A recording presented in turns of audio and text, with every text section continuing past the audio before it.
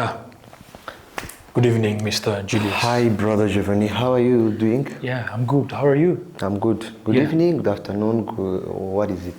We are already in the evening. Okay, sorry. I Yeah. just caught up into a lot ups and Yeah. downs. Sometimes I forgot. I totally understand. A lot is happening in Kigali, that Kigali. you sometimes, Kigali is moving fast, brother, let me tell you. It is. A lot is happening in months, years, hours, kind of. So, what do you have for me today? This is actually a conversation that I was looking forward to for quite a long time. And I think this is the perfect time for this. So without taking much of the time, I think I'll jump right into the conversation. Okay, so Julius, growing up in this country, I'm sure you have received quite a lot of messages of what it means to be a real man. So I'm quite curious, what some of these messages, first, what are those messages that have you received of what it really means to be a man? And what some of those messages that you had to learn more and hold on to, or which ones did you have to unlearn and let go as you grow up in life? Okay, if I would start with, you started with Rwanda, so maybe we'll have to start from there. In the context of our country in 30 years past, I think the opportunities were not like the ones we have today. But today, if you're smart enough, if you're hardworking, and you work, you're gonna reach where you want regardless of any factor, so long as you are hardworking. That's all. At that point, we agree on it, right? Yeah. We're on the same page then. Yeah. So, from that point, if you can work hard, you can be what you didn't think you can become. So, Rwanda is full of opportunities. I'm not saying that because I'm on a mic. Yeah, I would even say it when I'm off mic. So, the country is open of opportunities. Visit Rwanda is everywhere. People are telling them visit Rwanda, so that's an opportunity for us. Yeah. And information and technology is learning so fast. We are a country that have got good internet and whatever. You can just say I am this and this. This is what I can do. Yeah. And it just moves around the whole world in a few seconds. Yeah, so that's an opportunity. So the least we can start from there.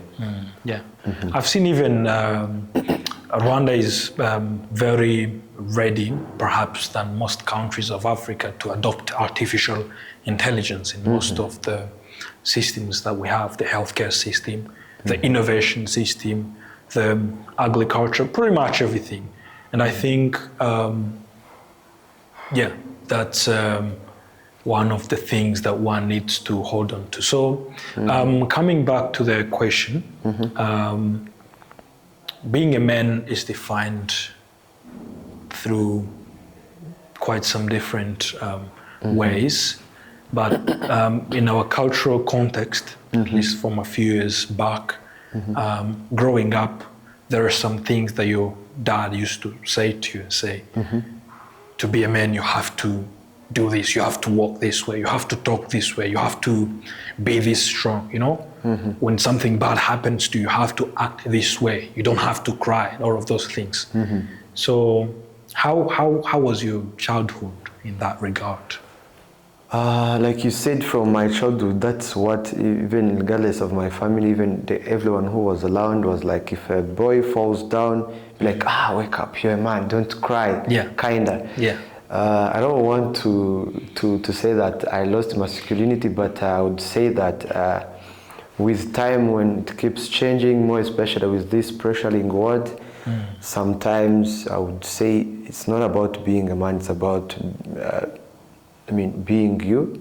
Because the pressure outside is a lot. So if I would say if a girl is pressuring you, I need this and this, and you move to that pressure and you pay it when you have something else to pay, it's not gonna work. So I would say, be you, be genuine to yourself, because if you're into age 20s, 50s, a lot of guys are going, hey bro, Julius, where are you? Coming this way. You're gonna pull up, pay these bills, whatever. Bro, are you ready to pay 500?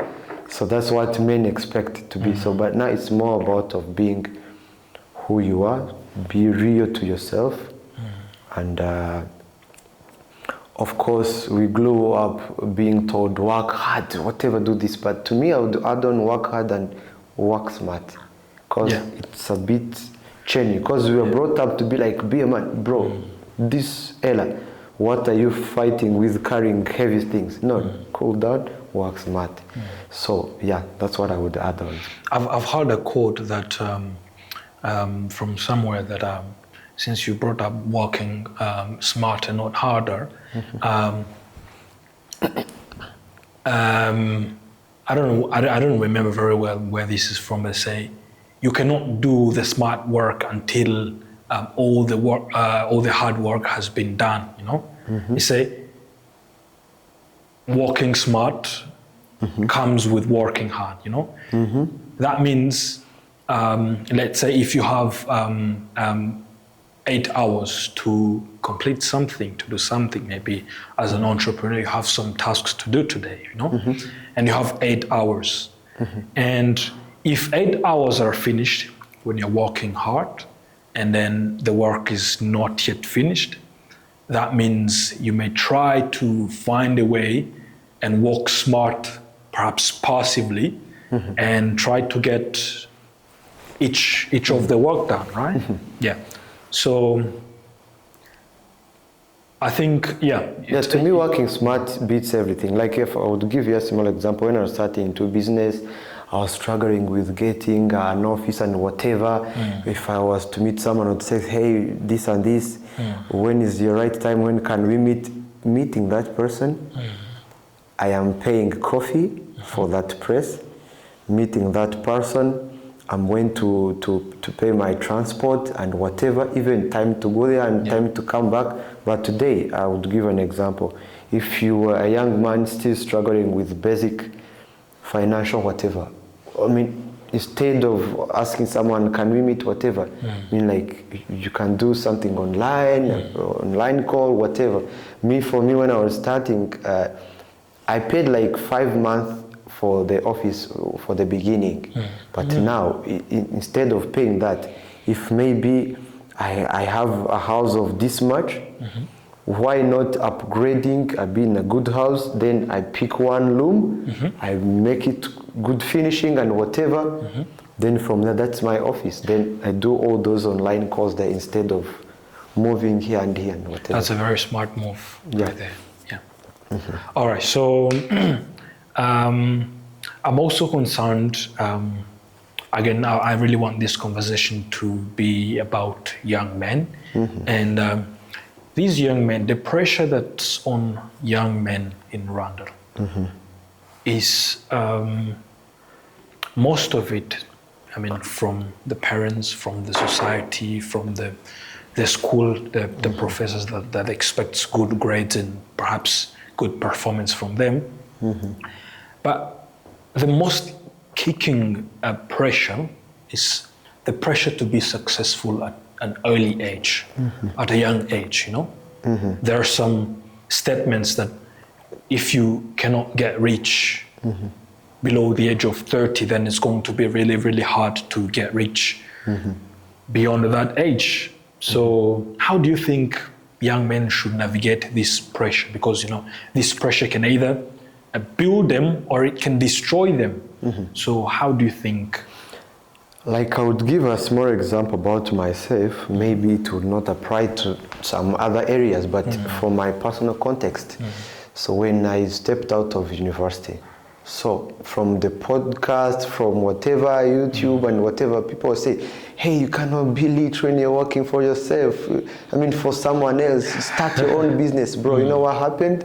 You start business, you don't know the basics of managing stuff, you don't have enough funds to start your business, you don't even know how to pay tax, you don't have all those basics. So most of the time, we move out with that pressure, you work for yourself, but sometimes you step out of university or high school, you work for someone, you learn from their foot, you're given that opportunity, I don't recommend for you to stay there for a long time. I mean, for university, whatever. But a little bit, you decrease that pressure. I mean, so many young people, they want to be called, hey, I'm CEO, founder, whatever. But bro, is it the right time for you to bring something on the table? So that pressure. So to me, I was like, okay, I'm going to start something new, because I am quite sure that I knew that at some point I will have to fail, because I was navigating to a new market. So that pressure, bro. But then there's no need. When I'm now curious, when do you think is the right time? You know, at what age, if a man has not accomplished this and this, let's say the most basics that most of us are looking forward to, you know, at a certain age, you say, want to have a house, you know, a finished house, maybe before I marry, right? Or I need to be making this much on a monthly basis, have a stable income. Or I want to find a girlfriend and marry by this age, you know?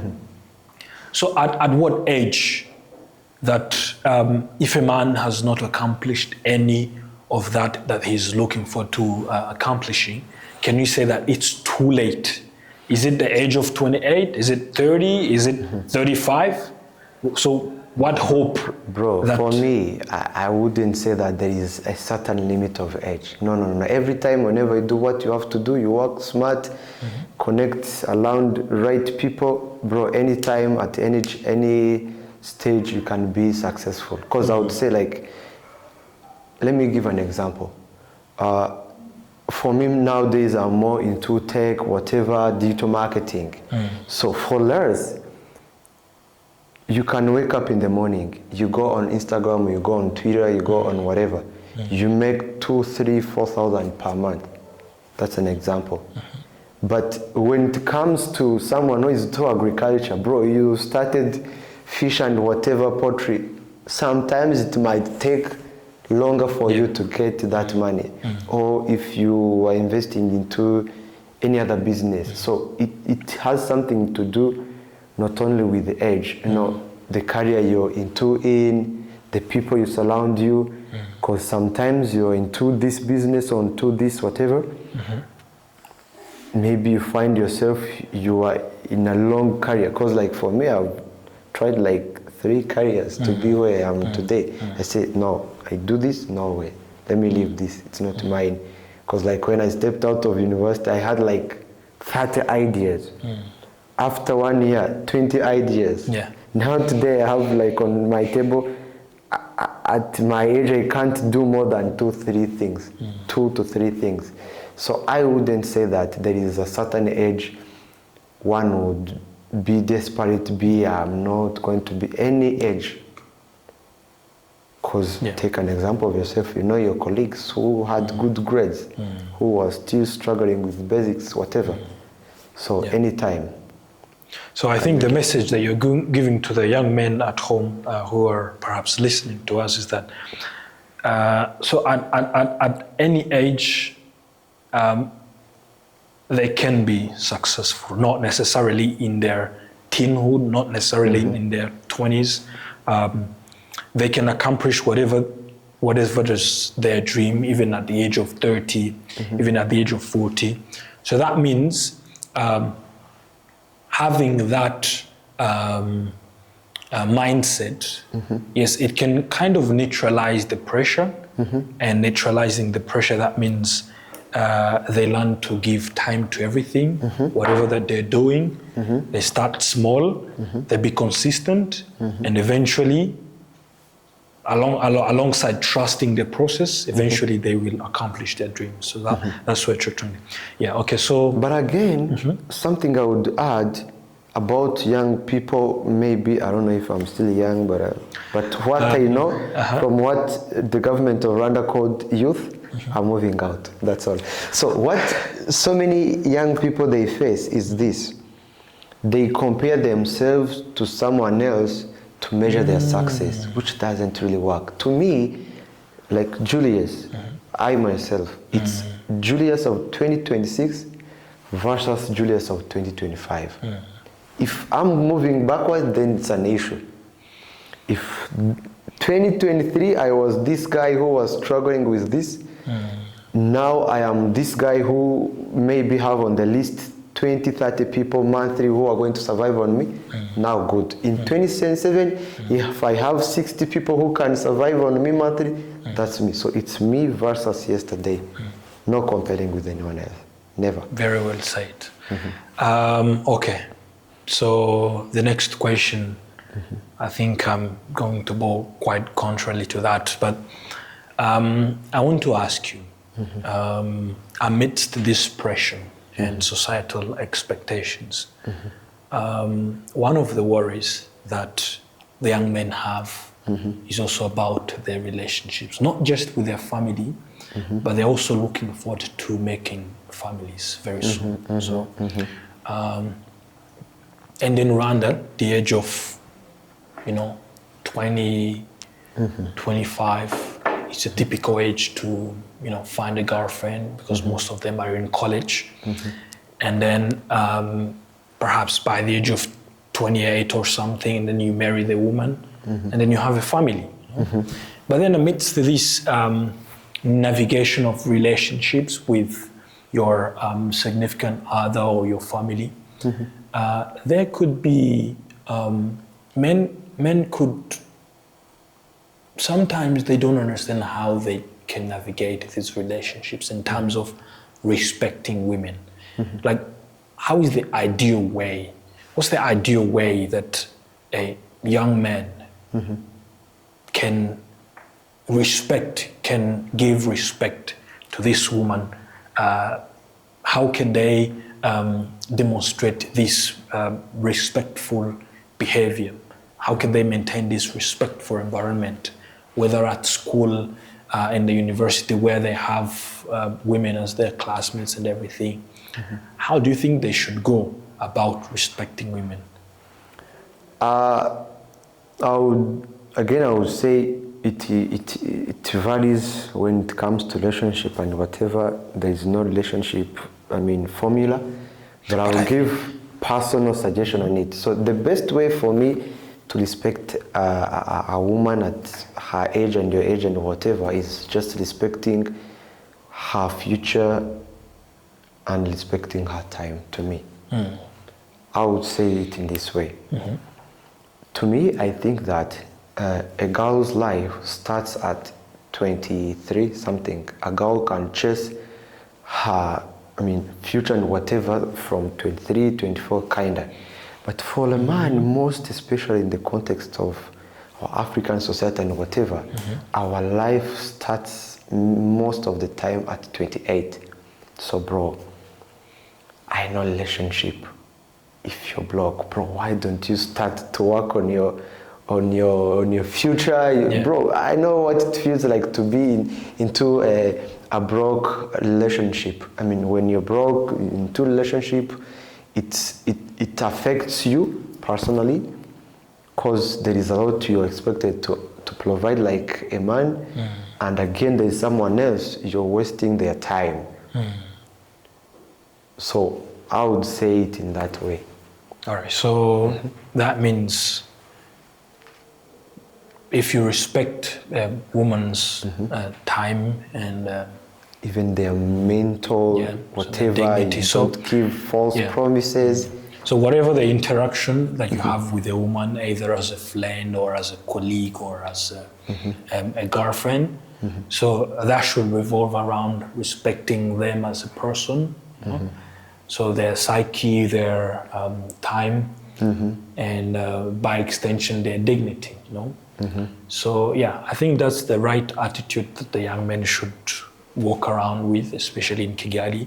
So wherever the interactions that you have with your sisters, whatever, make sure that you stay respectful of their time and of their dignity. Their emotions. Yeah, kind of. Everything, okay. So as we wrap up this conversation, I want to ask you, there is perhaps a 19 years old young man watching this from home. They just finished high school, right?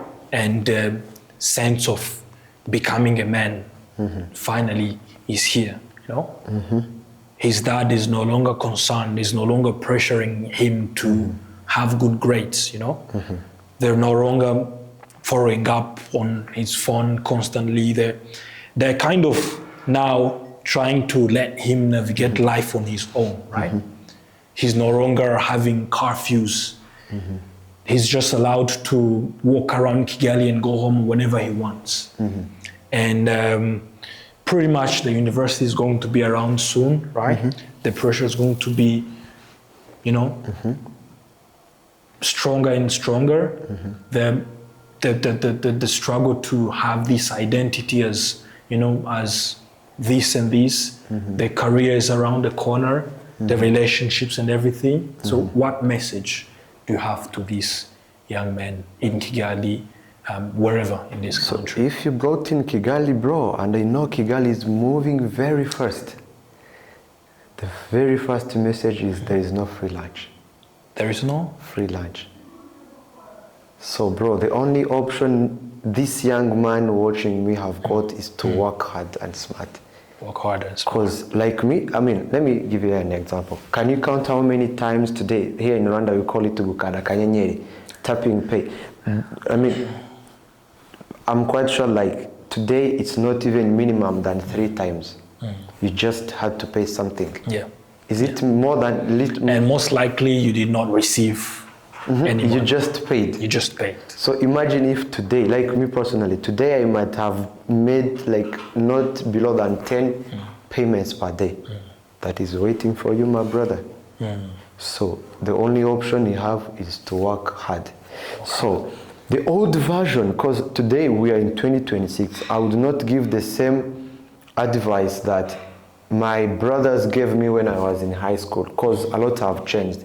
So today I would say do this and do this, but from what I see today, it's about working smart, the people who surround you, and whatever you do, internet is moving and everything, you make whatever you're doing smart, connecting. And one other thing that our lecturers, our parents and our uncles never told us is smart skills. No one, Smart skills? nobody told us about smart skills, and that's what I'm facing today. No one taught. I mean, I went to university. I got enough of modules and whatever to university, but nobody taught me bargaining skills. Nobody taught me about networking skills. Nobody told me how to introduce myself in 2 minutes. A boss, someone gave you an opportunity to meet them. I mean, like you are in an elevator. You meet somebody you've been dreaming to meet, and you've got only 30 seconds to talk about yourself. Nobody told me that. An elevator pitch. Yeah, nobody told me that. Nobody told me how to pitch. Later, I found myself, this is what I'm moving today. So, a young brother watching this, paying attention on soft skills as well. So those are the things that they should be equipping themselves with, especially at this young age, because they are very much going to need And this. being adaptive, my brother. Because today, so many young people, I don't know maybe what is the statistics like, but a lot of young people who are moving out of university today, they're not doing what they learned. So only what can make you to survive here is adaptability. Because today you can learn medicine, tomorrow you find yourself into tech, the next day you find yourself into real estate and whatever. It's about learning how to adapt to new environment. And nobody taught us that in high school, I think. Like similarly, if I'm not mistaken, you're into healthcare. I'm into healthcare, but we also do business. We do this and this. You can be, you know, going to the boxing gym. You can be, you know, a lot of things that you could be doing. You know, software development and everything. So I think that's a very important message that the young men should carry with themselves today. The soft skills and. Perhaps the society expects them to learn this along life, not in school.